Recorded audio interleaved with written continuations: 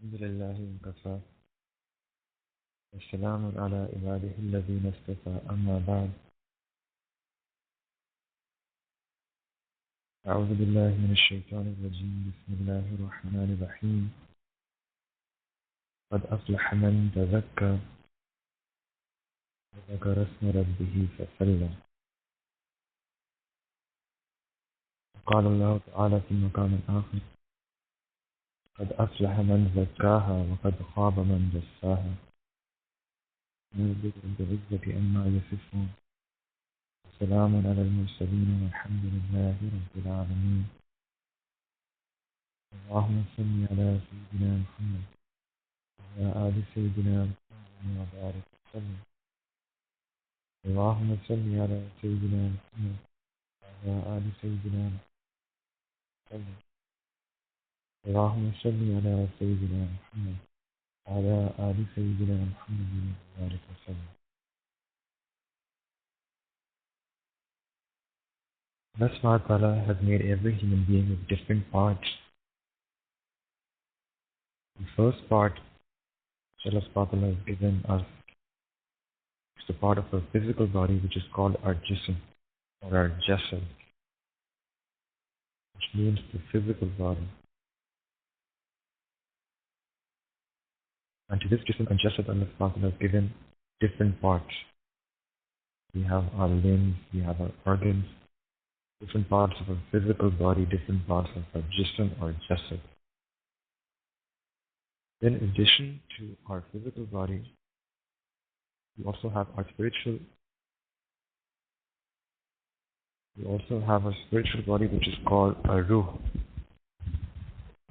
Every one of us have this ruh, and our ruh also has different parts, just like a physical body.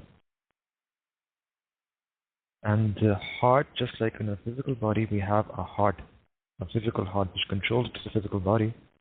Similarly, for our ruh, we also have a heart which is a spiritual heart. And this is known in Quran and in Hadith as our Qalb. So our Qalb is our spiritual heart. And there is a third thing which Allah subhanahu wa ta'ala has given to everyone, and that's their Aql.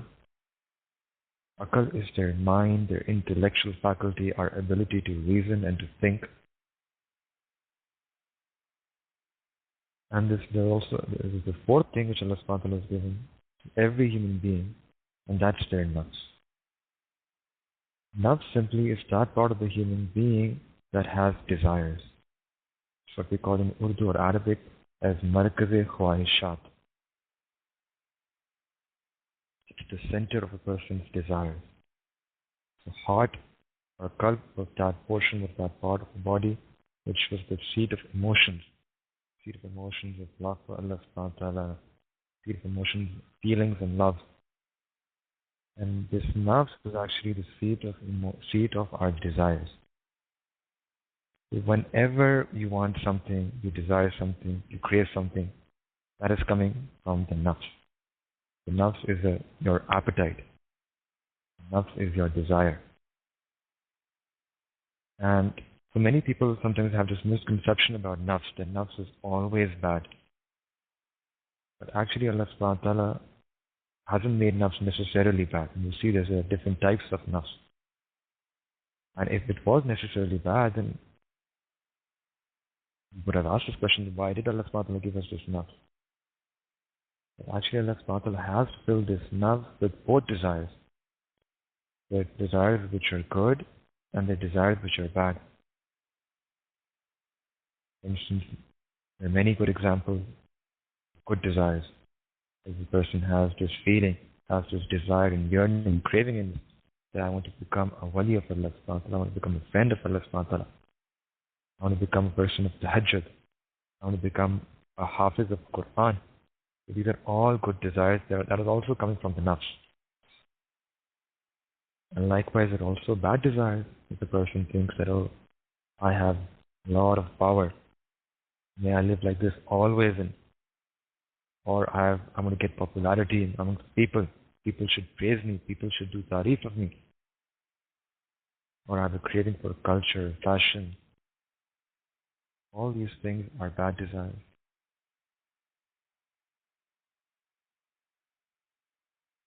The desiring part is done by the nafs. And that's why our Mashaykh mentioned, I've written a lot about nafs. Because nafs is actually that organ that if a person can purify their nafs, if a person can rectify their nafs, if a person can make their nafs proper, then that person can raise up above the ranks of angels. Can raise up above the rank of angels. And on the other hand, if a nafs, a person doesn't care about their nafs, they just let their nafs take control of their life. If the nafs is bad, then it can make the same person worse than enemies, worse than even animals. And this is what Allah subhanahu wa ta'ala says in Quran. There's such people, when their nafs take over, that they become worse than even animals. أُولَٰئِكَ كَالْأَنْعَامِ بَلْ هُمْ أَضَلُّ. That these are like livestock. Al-an'am means plural. These are like animals. بَلْ هُمْ أَضَلُّ. Rather, they are more astray than animals. أُولَٰئِكَ هُمُ الْغَافِلُونَ. These are the people who are ghafilun. These are the heedless people. You see that this is the nafs, is that portion, that part of the body, can actually make a person worse than animals. And likewise, many people say that we have so many spiritual diseases in our heart. When we take our own diagnosis test, we have a diagnostic test and diagnose what sort of diseases we have. We notice that we have takabbur, we have envy, we have arrogance, we have lust, we have jealousy. All those diseases of the heart, all the spiritual diseases. And actually, our Mashaykh have mentioned, it is also mentioned in Quran, that nafs is the cause of all spiritual diseases in the man and a woman. Nafs is the basic, it's the core cause of all these diseases. And the proof, the dalil for that is in Quran, Azim al-Shan. So for instance, shahwat, to have lustful thoughts or lustful desires, that's also linked with the nafs and it's related to the nafs. Allah says in Quran, وَلَكُمْ فِيهَا مَا تَشْتَهِي أَنفُسَكُمْ.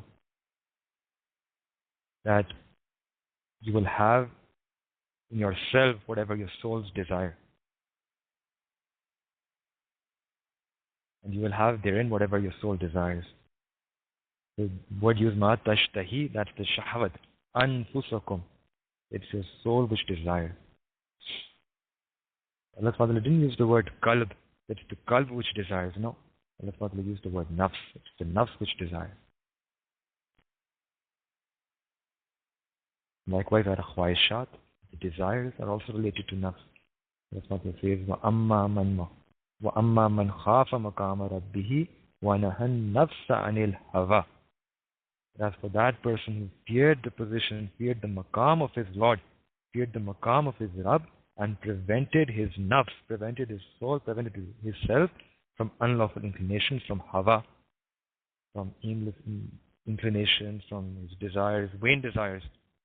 So here again Allah subhanahu wa ta'ala has used وَنَهَى النَّفْسَ عَنِ الْهَوَىٰ, who prevented his nafs from hawa, from these desires. Allah subhanahu wa ta'ala linked our khwaishat with nafs. Likewise, another spiritual disease is bukhl. People don't want to spend, they're stingy. And the Arabic word, one is bukhl. There is also another Arabic word which is used for the same type of disease, which is shuh. Shuh. And that word has been used in Quran. وَأُهْدِرَتِ الْأَنفُسُ أَنفُسُ الشُّحْ. And present in human souls is stinginess. Allah subhanahu wa ta'ala is saying in Quran that Allah subhanahu wa ta'ala has placed stinginess in a person's nafs. Likewise, hasad. Hasadan min indi anfusihim.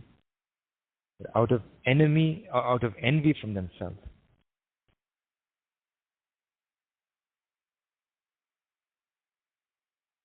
Likewise, foolishness. This also sometimes people have this attribute. Foolish. This also is actually related to the nafs. The Prophet says, "Illa man safiha nafsa," except for that one person who makes a fool of himself.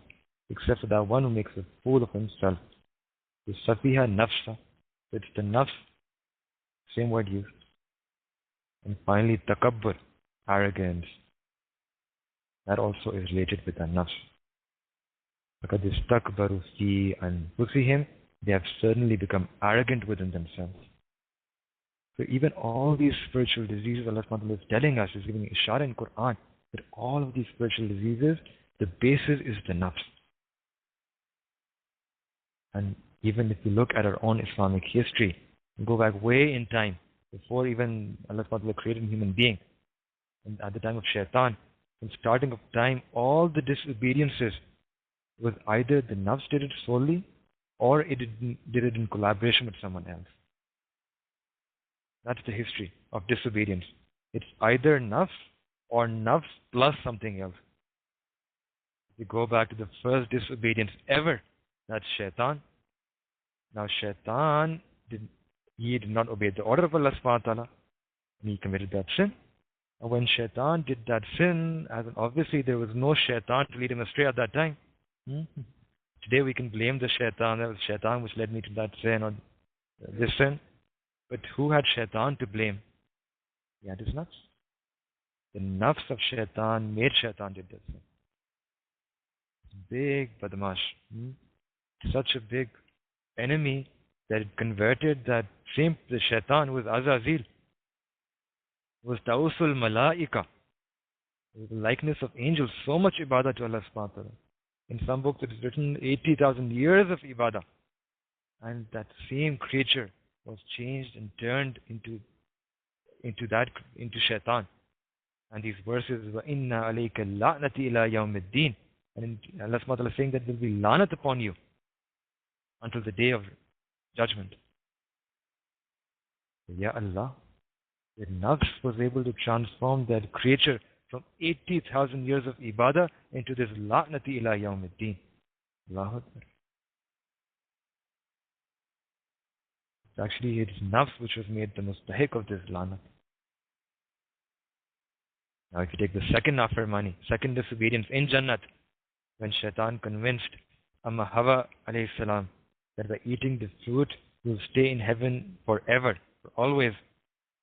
فَوَسْوَسَ إِلَيْهِ الشَّيْطَانُ. When the shaitan whispered to Sayyidina Adam alayhi salam, "O Adam, ya Adamu, shall I direct you to that tree of eternity?" So when that thing happened, shaitan whispered to them and made them apparent that you should go towards that tree, and if you eat that fruit from that tree, then you'll be able to live forever. And he swore at that time to Allah, by Allah subhanahu wa ta'ala, وَقَاسَمَهُمَا, that I swear to you that indeed, inni lakuma lamina nasihin, I'm to you from among your sincere advisors. Even shaitan dhoka did. That's the way he gives dhoka. He comes to you and makes you think that he's your friend. He's the most intimate friend. I'm advising you, I'm sincerely advising you. وَقَاسَمَهُمَا, I'm taking qasam on this. Swearing by Allah subhanahu wa ta'ala. Amma Hawa alayhi salam, like any person, she had this liking for Jannah and she wanted to stay there forever. So this was also a sort of a greed or desire for the Jannah. And this also was because of the nafs. The first disobedience was shaitan because of nafs. And first disobedience in Jannah also because of nafs plus shaitan. And then if you look at the earth, first disobedience on earth is when the sons of Sayyidina Adam alayhi salam, Habil and Qabil. So Habil, it's mentioned he had a pretty wife, and Qabil liked her, and he killed his brother. This was also because of nafs. So all these sins are either solely because of nafs or with someone else. And that is why Allah subhanahu wa ta'ala has mentioned that there are two enemies which we have to take, which we have to view as our enemies. And one is the enemy which is from inside, which is our nafs. And the second is the enemy from outside, our external enemy, which is shaitan. إِنَّهُ لَكُمْ عَدُوٌّ مُبِينٌ. He is your sworn enemy. You should view him as your enemy. فَاتَّخِذُوهُ عَدُوًّا. This is about shaitan. And there are actually ulama and mashayikh have mentioned differences in the two. Differences between nafs and shaitan. Now, shaitan actually is a very clever creature. Very extremely clever, extremely intelligent. And on the other hand, nafs is very simple. It's simple, but nafs is very adamant, very ziddi. We call it Urdu. When shaitan wants man to do any sin, he puts in one sin. If the man just rejects that sin, doesn't do that sin, shaitan comes with another idea, another sin. He keeps trying one sin after the other. Because the whole purpose of shaitan is that the person should commit some sin. He doesn't care which sin, but some sin the shaitan should, something that person should do. He tries a lot of different things. That's shaitan. That's the working of shaitan. And Allah gave ajr to our Qabrin, to our Mashaykh, that have opened this up, how a person can distinguish between the working of shaitan and the working of our nafs. The shaitan was that creature when he wants us to sin, any sin will do for him. But on the other hand, nafs, Ajib, Allah Akbar. When the nafs wants something, when the nafs desires something, it just sticks to it. It's like a crying child. Okay, I want that candy, and then you can do anything and everything. You want that candy. Nothing else will suffice. It's just like a child who wants a gift and is stuck on it.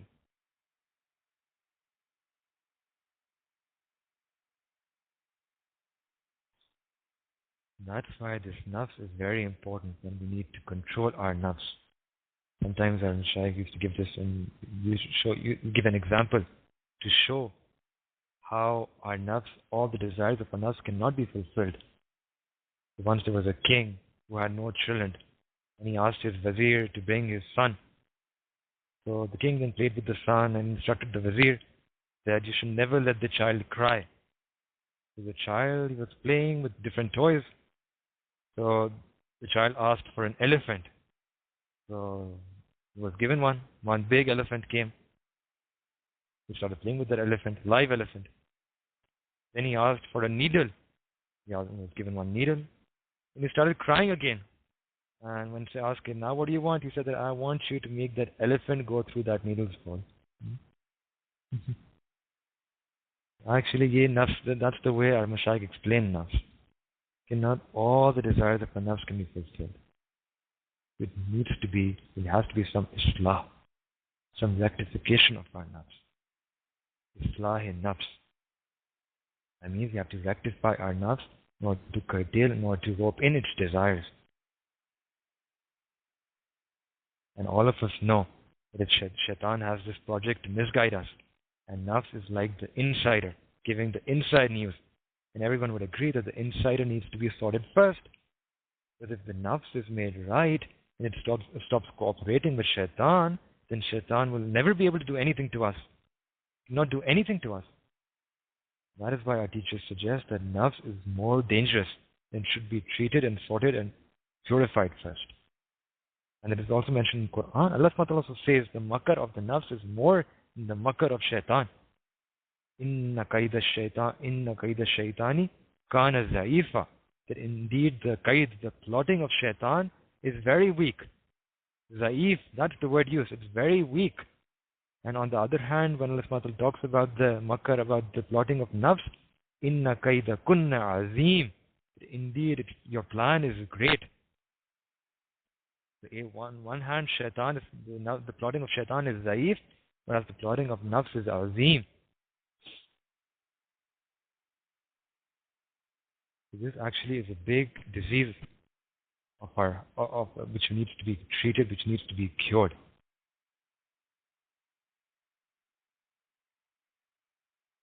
That a person falls in love with their nafs. We overlook its faults. Everything is fine. Our desires are okay. We just overlook it.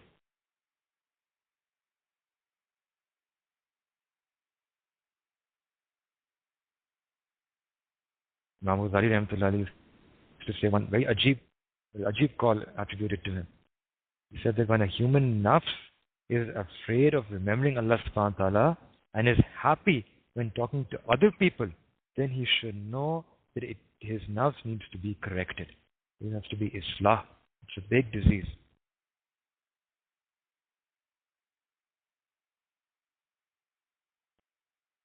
So there are different types of nafs which Allah subhanahu wa ta'ala has mentioned in Quran. There are actually three types of nafs. And the number one nafs which Allah subhanahu wa ta'ala has mentioned is what's called a nafsul ammara. Allah subhanahu wa ta'ala says in Quran, Inna nafsal ammaratam bisu. That this is the commanding nafs. This is your soul. This is that nafs which enjoins a person towards evil, enjoins a person towards su. And that you have a nafs. Allah is telling in Quran, there is ammar. Ammar comes actually from Amr. Some of you maybe have people who are named Ammar. Ammar comes from Amr, which means a commander. That nafs is actually a commander. It commands a person. That nafs, it's a sovereign over that person. It is dominant over that person. And when the nafs becomes the commander, then what does it command you towards? Inna nafsa la ammaratam bisu. Su means evil. Su means sin. When the nafs takes over your body, it leads us to sin. Very simple, as if you want to understand today's culture. One word, hedonism. You have this Western hedonism. The two words. This one English word, all of you will be able to understand and be able to realize that even people in the West have coined this one word to show how well they've understood this ayah.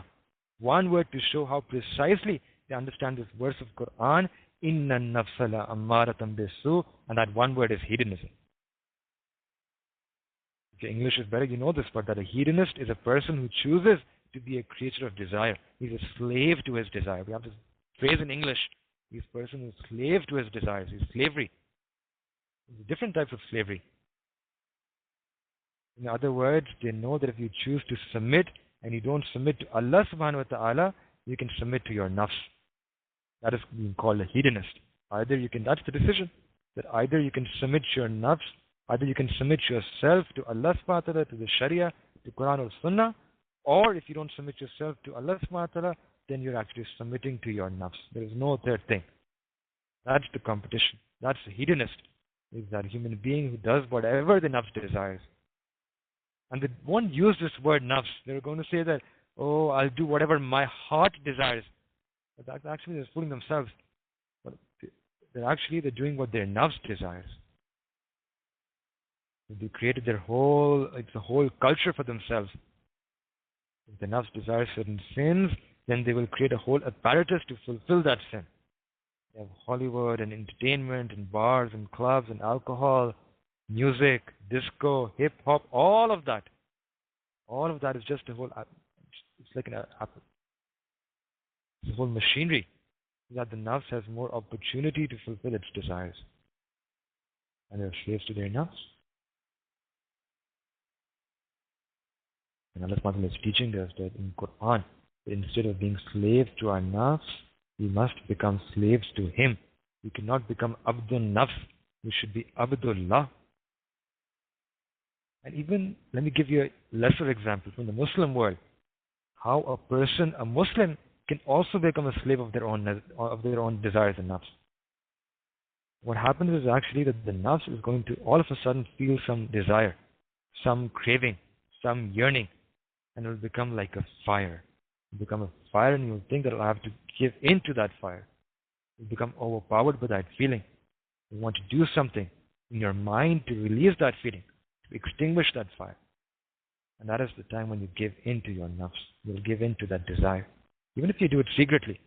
You won't do it in the bar, you won't do it in the club or the disco, but you'll still give in to your nafs. Sometimes it's just visual. People give in. Muslims, they can't satisfy the nafs. They give in visually. But they give in to their nafs. The overpowering nature of their nafs is still there. It controls their eyes. Their eyes become a slave to their nafs. Their heart is crying, is telling you to look down. Even their akal is saying, your mind is telling you to look down. But your eyes have become slaves to your nafs. You can't control their eyes. It's very difficult for them to control their eyes. They can't lower their gaze. Why? Because their eyes are slaves of their nafs. Inna nafsa la ammaratum bisu. The nafs commands their eyes. Whatever your heart feels at that time is irrelevant. Is irrelevant at that moment. Whatever your mind tells you is irrelevant at that moment. The eyes have become enslaved by the nafs. This is the nafs. This is the nafs ammara, the commanding nafs. The second type of nafs which Allah subhanahu wa ta'ala has mentioned in the Holy Quran is, the second type of nafs is nafs al-lawwama. Lawwam means the guilty nafs. If your Urdu is good enough, you know this word, mulamat karna. right? It means to blame. You feel blameworthy. This is that nafs. Rather, that a person who has this nafs, sometimes they're able to beat their nafs. And sometimes they're able to restrain their nafs. But at other times, their nafs overpowers them. But whenever their nafs overpowers them, it makes them do something which is displeasing to Allah subhanahu wa ta'ala, they still have some remorse, some regret, some feeling of guilt in their heart. They feel that regret, they feel that shame, that haya, that nadma, nadamat, and then they turn to Allah subhanahu wa ta'ala in istighfar, turn to Allah subhanahu wa ta'ala in tawbah. There is a difference though between the two, between nafsul lawwama and nafsul ammara. Nafsul lawwama is that nafs which has guilt, whereas ammara was that nafs which had no guilt. That person used to do sin shamelessly, remorselessly, no regrets. Like you go to the bazaar, you go to the marketplace and you see some guy openly staring at women. No shame whatsoever. You know that the whole market, all the people can see him staring. But that doesn't stop him. That doesn't stop him anyway. There is no haya. No haya before Allah subhanahu wa ta'ala, no haya before the makhluk of Allah subhanahu wa ta'ala. And nafs al-lawwama is that person who has shame, who feels sad. This person is always in constant struggle with their nafs, mujahida. When they get knocked down by the nafs, they feel that sadness, they feel that shame. They want to stand back up again, try to fight their nafs again. This person doesn't want to become an abdul nafs, doesn't want to become the slave of their nafs. He's trying to become a king over their nafs.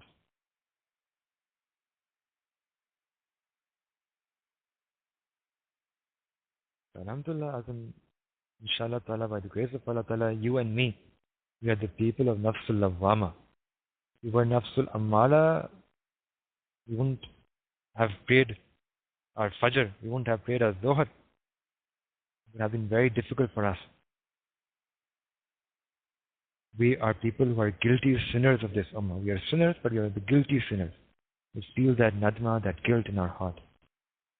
So as much we bring that sin, we must at least try to bring that guilt.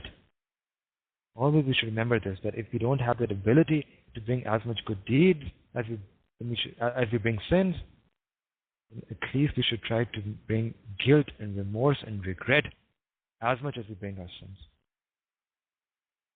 Because it's this guilt which we have, this nadma, this remorse which we have, which will invite the mercy of Allah subhanahu wa ta'ala. It's the mercy of Allah subhanahu wa ta'ala which will wipe away our sins. That's the process. To attract Allah subhanahu wa ta'ala's mercy, Allah subhanahu wa ta'ala's rahmah, Allah subhanahu wa ta'ala's blessings, and then leave it to Allah subhanahu wa ta'ala. Allah, we are helpless before our nafs. We ask you, we turn to you to take us out from this sin, to take us out from this hole. That is nafsul lawwama.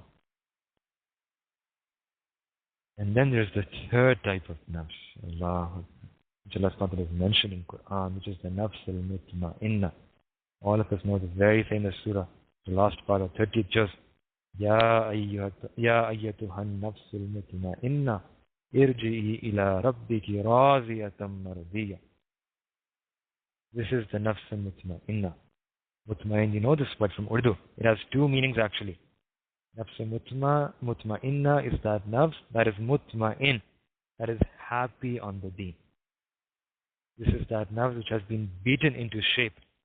That nafs which has been molded and tampered, that the islah of this nafs has been done, so much so that the tabiyat of this nafs is exactly the same as the tabiyat of the sharia.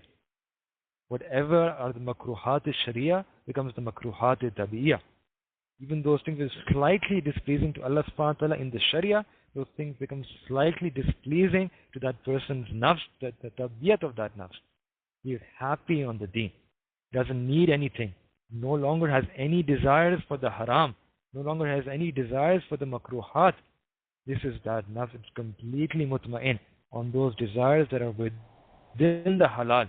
It is completely satisfied and content with leading a life that is pleasing to Allah subhanahu wa ta'ala. It is a nafs which is mutma'in. And there's also a second meaning of mutma'in, that because this nafs is razi with Allah subhanahu wa ta'ala, it's pleased with Allah subhanahu wa ta'ala. You see Allah subhanahu wa ta'ala saying in Quran, Raziyatam maradiya. Razi means to be pleased with Allah subhanahu wa ta'ala, pleased with the commandments of Allah subhanahu wa ta'ala. And the second thing that happens then to that such a person is that the person who has this nafsul mutma'inna is that he becomes the marziya, he becomes pleasing to Allah subhanahu wa ta'ala.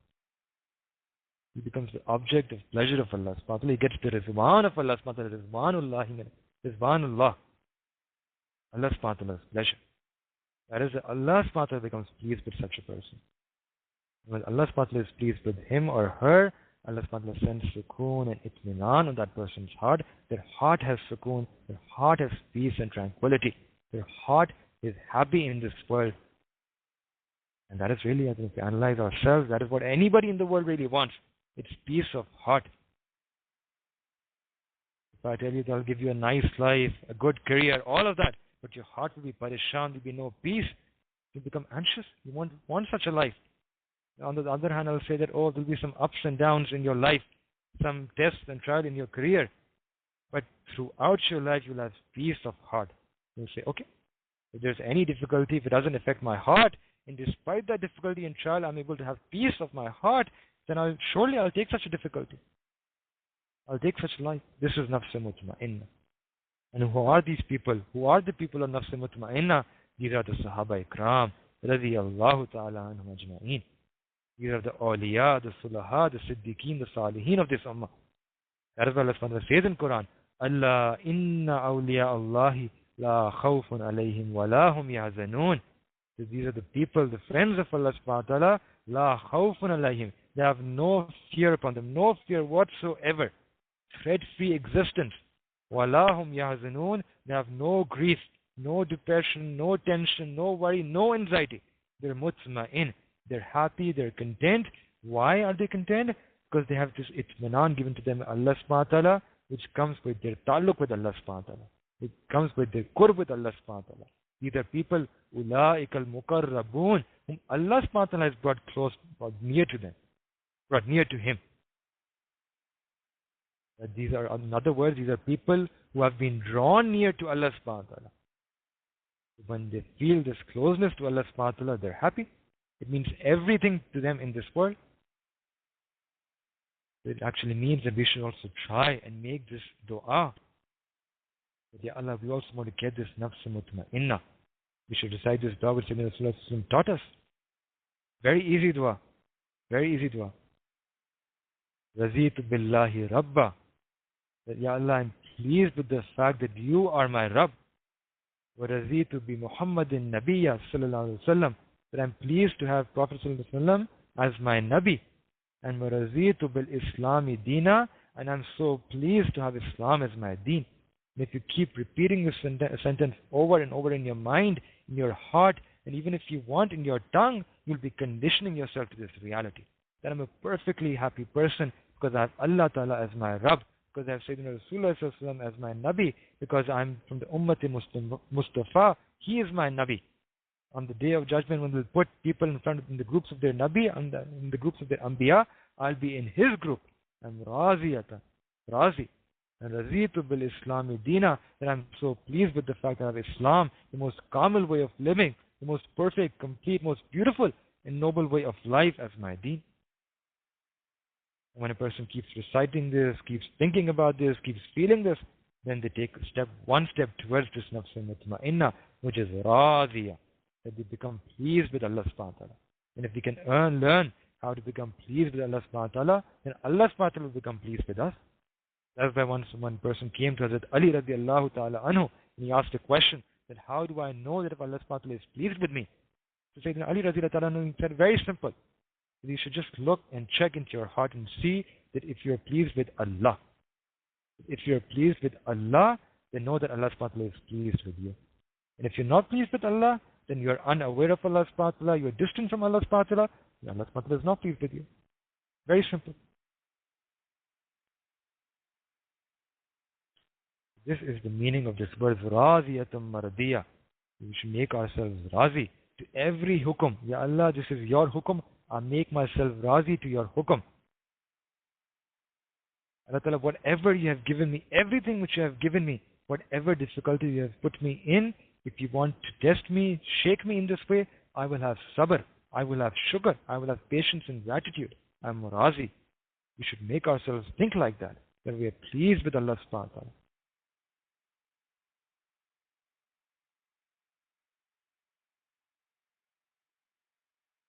And this can only be done by working on our nafs, by rectifying our nafs. That is why sometimes the Mashaykh use this phrase that nafs ko marna, killing the nafs. Now what is meant by killing the nafs? It actually doesn't mean that you have to kill your nafs completely and entirely, that you have to eradicate it completely. It actually means that you have to make it bound to the Sharia. It's a bit delicate issue, that you don't have to kill your nafs so completely that it can't do any good. No. On the other hand, you shouldn't let it be so strong either that it can do any and every evil which it wants to do. So actually, the nafs has to be strong and also has to be weak. This is that maintaining this balance is what is called tazkiyah in nafs. This word which we use often, tazkiyah in nafs. It's actually maintaining this balance. And you have to make our nafs strong when it comes to doing itaat, when it comes to doing ibadat, worshipping Allah subhanahu wa ta'ala. And we have to make our nafs very extremely weak, almost eradicate our nafs on that part when it comes to going against Sharia. That is tazkiyah in nafs. We should always remember this rule, this qaida, that whatever thing has pleasure for the nafs, whatever thing has pleasure for the nafs, that same exact thing has the death of our ruh. It's because the ruh and nafs are opposites. That whatever pleases our nafs, that same thing which will bring death to our ruh. Now, on the other hand, whatever thing which has the displeasure for our nafs, which displeases our nafs, that same thing has the life, has the hayat of our ruh. The nafs ko we have to do mujahida. That's why Allah subhanahu wa ta'ala says in Quran also this mujahida. It's necessary. All of us, if we want to come close to Allah subhanahu wa ta'ala, want to get the qurb of Allah subhanahu wa ta'ala, get the hidayat of Allah subhanahu wa ta'ala, increase in our ta'alluq with Allah subhanahu wa ta'ala, mujahidatun nafs. وَالَّذِينَ جَاهَدُوا فِينَا لَنَهْدِيَنَّهُمْ سُبُلَنَا. Those people who mujahid on themselves, لَنَهْدِيَنَّهُمْ سُبُلَنَا, then Allah subhanahu wa ta'ala will guide them to multiple pathways. Mujahidah has to be done. And lastly, we'll just mention a few practical ways in which our mashayikh have said and mentioned that how can a person do mujahidah on their nafs. So there are three ways which have been mentioned a person can do this mujahidah, to make their nafs according to the shariat. Number one is that we should try to go against the khwaishat, against the desires of our nafs. Stop yourself from going after the khwaishat, after the desires. Stop it from the shahwat. People think it's only for sex, but that's actually not true. Shahwat is actually a general term. Some people have shahwat of food. They want to eat a lot. Some people have shahwat of clothes. Always be poshly dressed. Especially amongst the women. Mardon mein this shahwat of the opposite sex bahut zyada hai. And for the women, it's shahwat of clothes, shahwat of food. Some people have shahwat for a car, some for physical lust. All these things are actually shahwat. And whenever you feel that some desire is so great that it's becoming an impediment in religion, then it should be stopped. The more you give into the nafs, the stronger it becomes. This is an usul. We should always remember. The more we give in, the more strength it gets. It's actually a misconception that people think that, if I give in to my nafs, the nafs will lie low. No. It will only become stronger. It's like a horse. It doesn't let one ride on itself. If you want to tame that horse, what you have to do, you have a wild horse. It won't let you sit on itself. If you want to sit on that horse, if you want to tame that horse, you want to ride that horse, you want to make sure that the horse goes where you want it to go, then you have to give that horse less food. When it becomes hungry, it lets people ride on itself.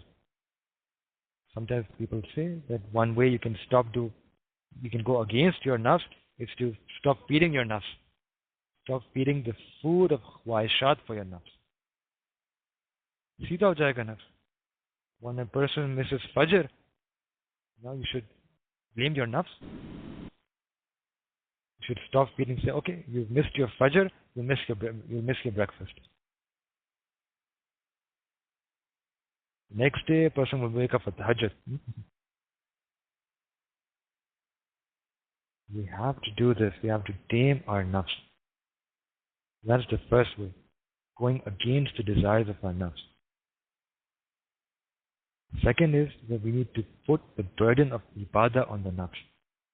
For example, a donkey, if there's a wild donkey, and if you want to make sure that the donkey doesn't go here and there, then the owner of that donkey places burden on that donkey, places load on that donkey.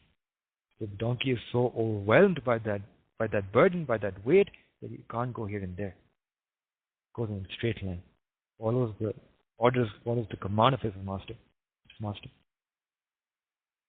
Likewise, we also have to put the burden of ibadah on the donkey of our nafs. We should always be doing some ibadah. Never let this nafs be idle. We say this in English also. An idle man's mind is the workshop of the devil. The first thing was to don't feed the animal too much, and second is to put lots of load on that animal.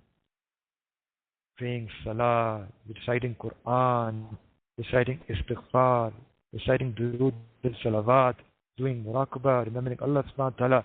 Any and every ibadah which you can do, just force yourself. Tire your nafs with this. This is a big blessing of Allah subhanahu wa ta'ala, that a person can tire their nafs by doing ibadah. This is the second. And the third and final thing is we should always make dua to Allah subhanahu wa ta'ala. That, Ya Allah, you have said, Inna nafsa la ammaratam bisu illa ma rahima rabbi. Ajib. That this nafs is ammara, it commands a person towards evil, towards sin, illa, except ma rahima rabbi, those upon which Allah subhanahu wa ta'ala has rahim, those upon which Allah subhanahu wa ta'ala has mercy. So Ya Allah, we can't stop our nafs until Allah subhanahu wa ta'ala, you have mercy on us. So Ya Allah, whatever these two things which we can do, we did these two things. Now we ask, Ya Allah, we ask you to kubul our efforts, to accept these efforts and send your mercy on us. I did what I could do, now you please help me.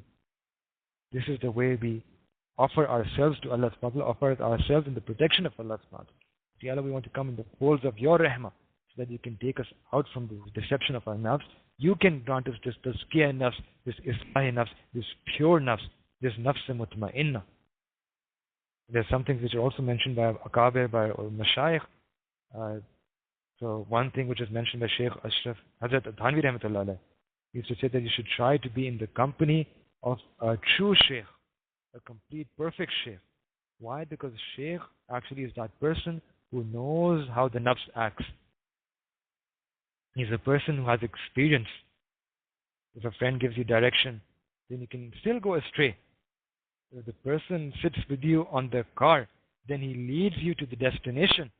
Then you can't go astray. It's a very simple example. When a child writes an exam paper, when he's writing that exam paper, he thinks that I've done 100%, everything is right. I'm going to get 100%. It's a perfect paper. But when the teacher checks that paper and gives him back, he sees the corrected paper and there are all red marks all over. So the child knows that according to him, his nafs, he thought he was the best. He had perfect marks, 100%. But when the teacher checked that paper and he got that paper back, he saw that no, what he thought was wrong. Even doctors don't do their own treatment. There has to be someone else who can guide that person.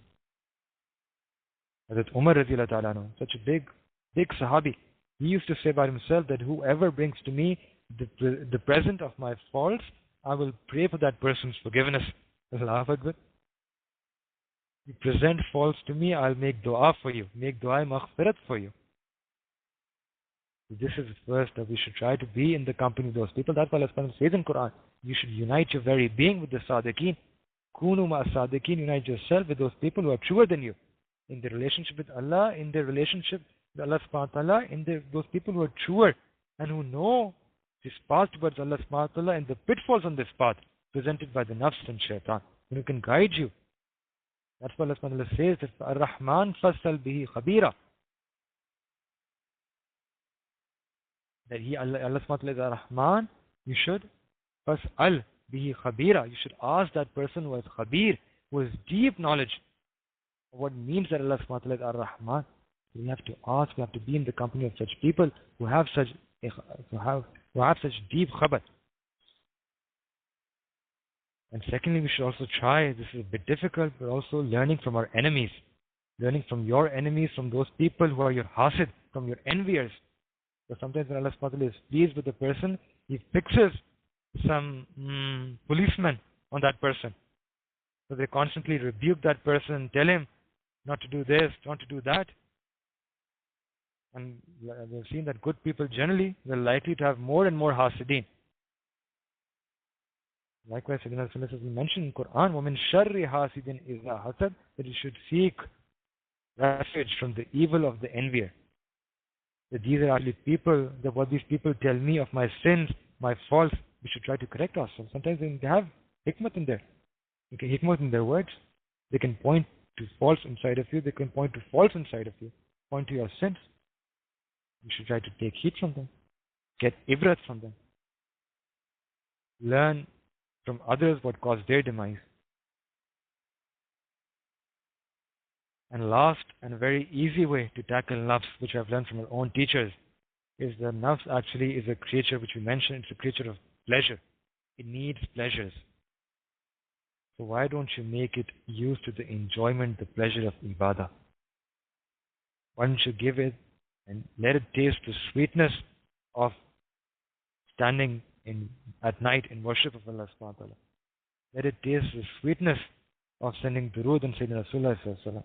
Let it taste the sweetness and pleasure of saying istighfar in 1/3 of the night. Let it taste the sweetness of remembering Allah subhanahu wa ta'ala. Let it taste the sweetness of just being able to sit on the musalla. In fact, this is actually a sign of the lovers of Allah subhanahu wa ta'ala. They used to sit on the musalla. The person is paid so he can stay up all night. But if we ask him to offer tahajjud, he won't be able to do it. Since there he knows the reward. In the world he knows the reward. But tahajjud he doesn't know, he doesn't sense the reward.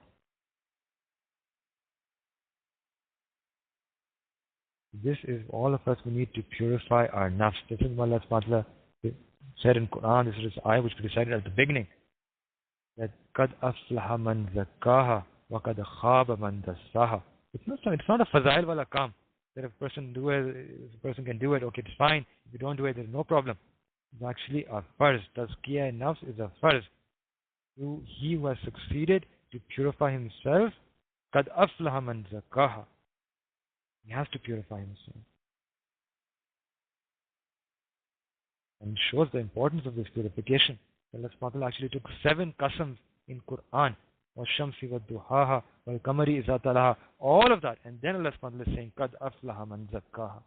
After taking 7 oaths, Allah subhanahu wa ta'ala is saying that this tazkiyah nafs is very important.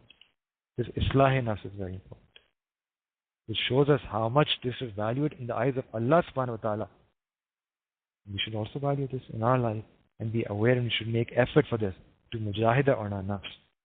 And I'll end with this one call, one very famous saying of one very big Naqshbandi Sheikh, Hazrat Bayazid Bustami Rahmatullah Alayh. He used to say that Jannat is a 2-step journey. Jannat is a 2-step journey. You place your first step on your nafs, and the second step will lead you to Jannat. Allahu Akbar. May Allah subhanahu wa ta'ala enable all of us to become such people who can purify our nafs. May Allah subhanahu wa ta'ala make us all such people who can get the nafs mutma'inna. May Allah subhanahu wa ta'ala accept this intention from us today. Wa akhiru da'wana alhamdulillahi rabbil alameen. So make short silent dhikr. So we make dua. So all of you close your eyes and bow your head. You go deep inside of yourself, go deep inside of your qalb, your spiritual heart. Close your eyes and bow your head and make intention that, Ya Allah, you have said in Quran, فَذْكُرُونِي أَذْكُرْكُمْ, that you remember me and I'll remember you. Ya Allah, we're making intention of doing amal on this ayah, that we are receding deep inside of ourselves, and we're remembering you from the depth of our heart, from the core of our heart, and we're remembering you, and Ya Allah, we make near that you are remembering us. And we ask you, we beg you that you remember us. We're sending your special rahmah, we're sending your special mercy and love onto our heart, which cleans our heart, which purifies our heart, which removes the filth and sins away from our heart, and our heart in gratitude and praise is calling upon your Isme Azam, your Isme Jalala, Allah, as if our heart is saying silently, secretly, our heart is calling upon your name, as if our heart is saying, Allah, Allah, Allah.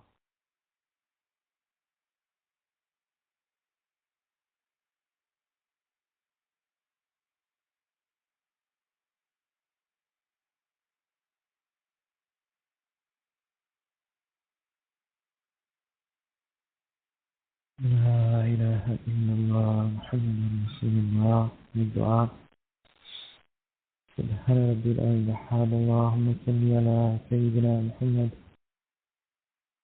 وعلى آل سيدنا محمد وبارك وسلم ربنا ظلمنا أنفسنا وإن لم تغفر لنا وترحمنا لنكونن من الخاسرين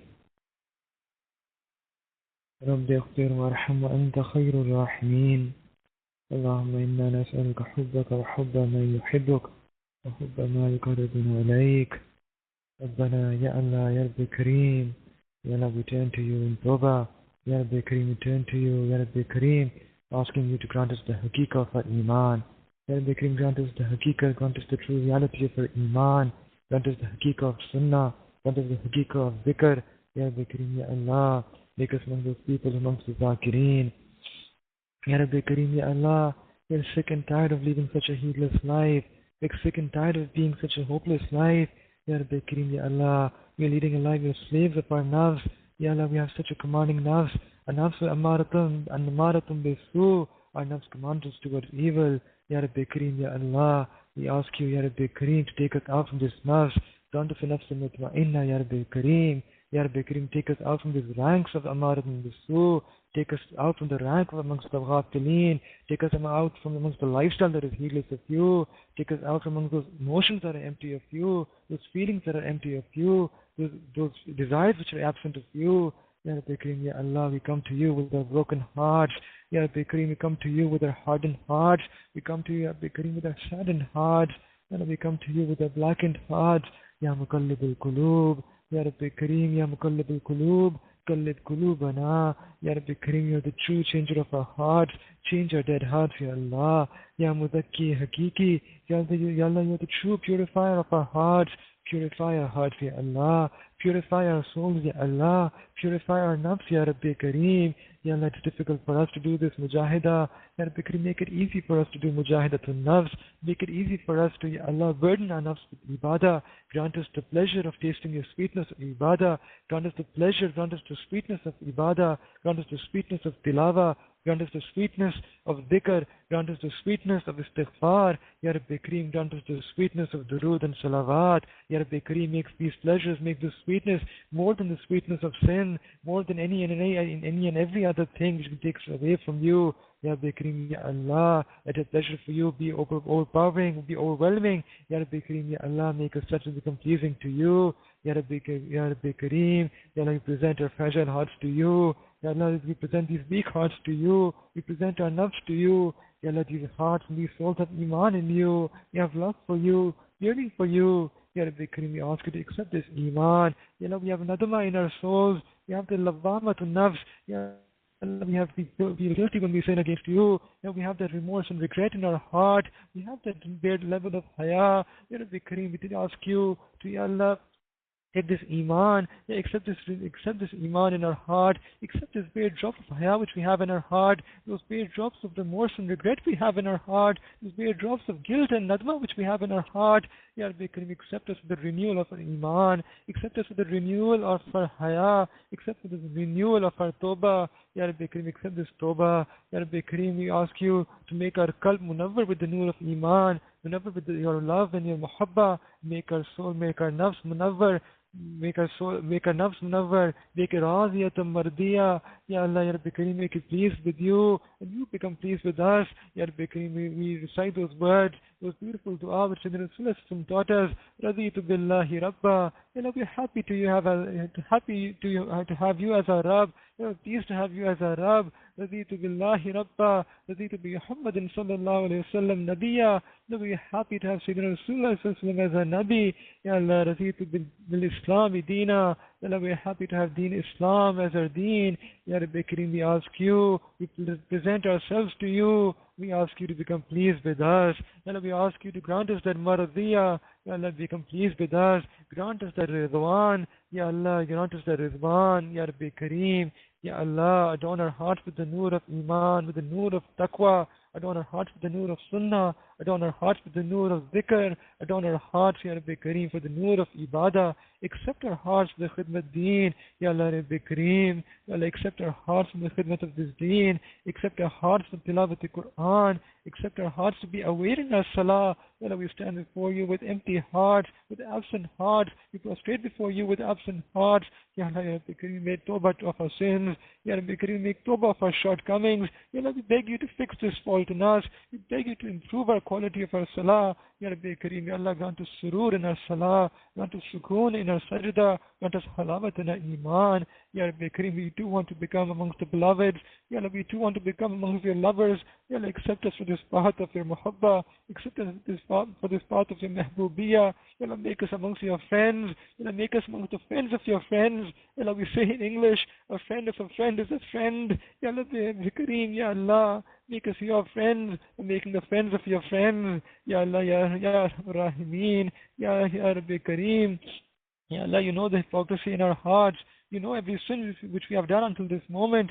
Ya Allah, you know even those sins which we'll do after this dua. Ya Allah, you're truly Al-Halim. We ask you, Ya Rabbi Kareem, to shower us with your hilm, shower us with your hidayah. Ya Rabbi Kareem, Ya Allah, accept our iman. Place our iman in your protection.